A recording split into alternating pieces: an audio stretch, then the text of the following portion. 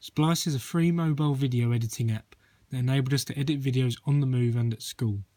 The app was fairly confusing at first because none of the group had any idea on how to use it. This app was used in the making of our prelim. Splice was an effective method of editing as we had a very limited time frame in how long we had to edit the video.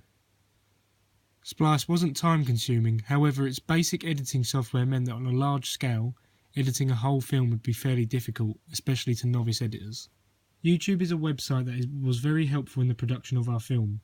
YouTube allowed our group to upload, research and watch films and music videos.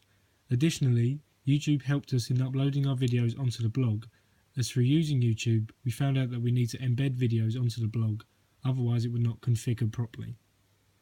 This was difficult at first because the uploading times varied as the school internet was very rubbish at the time. What we learnt from YouTube was that uploading times varied, so if there was important videos that we needed to upload we had to get them on there quickly and as soon as possible. Powtoon was probably our favourite website to use. The website was similar to that of Microsoft PowerPoint, except it used animations as the primary form of communication. It was fairly straightforward to use, as on every new presentation there was a tutorial. We learned that sometimes using animations made what we were trying to say a lot clearer, so we used Powtoon when describing character profiles and describing locations. Bubble.us was a mind mapping website. We used this when posting about potential ideas for the film. This was mainly used in the planning stages, as there was not much use for it afterwards. I was the only one who used the website, so from my experience, the website was fairly temperamental. The screen would occasionally grab your map and pull it out of position. Also, when embedding onto the blog, the mind map wouldn't always fit the size of the screen. What we learned from this was that we had to take lots of time and care into mind mapping, and that in order to get it right, we had to focus on what we wrote and how we put it on there. Blogger was our fundamental website that we used for our media project. We found out at first it was very difficult to use as we couldn't simply upload from other websites straight to the blog. However, Blogger was very handy in organising our posts. We had the ability to change the time and date settings, so even if we posted things in the wrong order, we could then change it so it's organised. Blogger was also handy as we had all our group's blogs stored onto one space. This meant we were able to keep up with how often our competition was posting and allowed us to see what other people were posting about, which occasionally gave us inspiration. Prezi. This presentation website was possibly our group's primary source of blogging. We used this as a group as it had the same conventions as Microsoft PowerPoint, yet had more advanced slides and themes. We learnt from this website that finding embedding codes was fairly straightforward, which was another reason we used this website often, as embedding was easy to do once finished. Prezi had many theme templates that related to the topic of the post. This enabled us as a group to get our blog messages across even clearer. SlideShare. This website was similar to Prezi, except it worked hand in hand with the more basic presentation website, Microsoft PowerPoint. SlideShare enabled the group to post our PowerPoints onto the web and gave us an embedding code in the process. We found that with Microsoft Word and PowerPoint that it was extremely difficult in embedding straight from them. SlideShare made our post easily discoverable as it allowed us to get tags, add tags to our description, enabling a wider audience to see our work and blog. Scribed. This document uploading website had similar functions to SlideShare, except it worked hand in hand with Word documents rather than PowerPoints. What we learned from Scribe, but it made life so much easier to upload to there and embed rather than blog straight onto Blogger. WhatsApp is a mobile app which allows for people to communicate, mainly in a group format. WhatsApp was beneficial to our group as it allowed us to speak all in one place.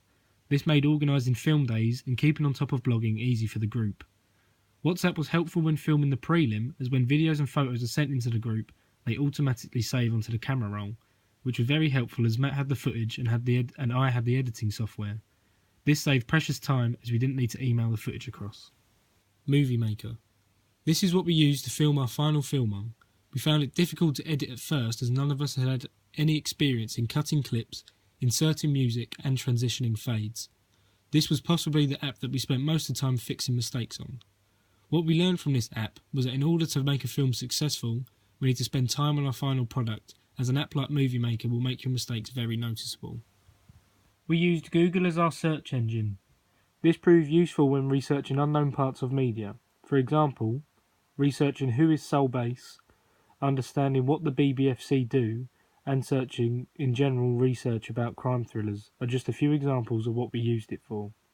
Additionally, Google is linked to Blogger and YouTube. This meant we wouldn't have to keep signing in and out of the applications we were using. The iPhone 5S. We used this in the making of our preliminary video. The iPhone 5S was convenient as it was small and compact and had a camera that had good quality. However, we needed to use a piece of equipment with more storage, as each of us who had the phone found that there wasn't enough storage, and also the battery life in the iPhone 5S was not able to take the load of constant filming. This motivated us to acquire an iPhone 6. This piece of multifunctional technology proved paramount, as when using it we discovered that the wider screen helped us capture elements of the location. The camera was of higher quality, but most importantly, as the phone was new, it had fresh storage and a vastly enhanced battery life. We used the iPhone to upload snippets and teasers onto social media and occasionally uploaded onto YouTube and the blog. We discovered through filming that we didn't need a heavy-duty video recorder, as the iPhone 6 shot in a similar quality and is a lot easier to use. For editing, we used the HP laptop and the Movie Maker app that I described earlier. We found that using a laptop was a lot easier than using a tablet, as the storage space is much larger.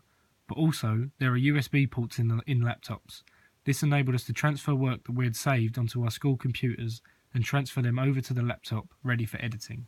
From the Movie Maker app, we learned how to cut clips, insert transitions, and eliminate any unwanted background sounds.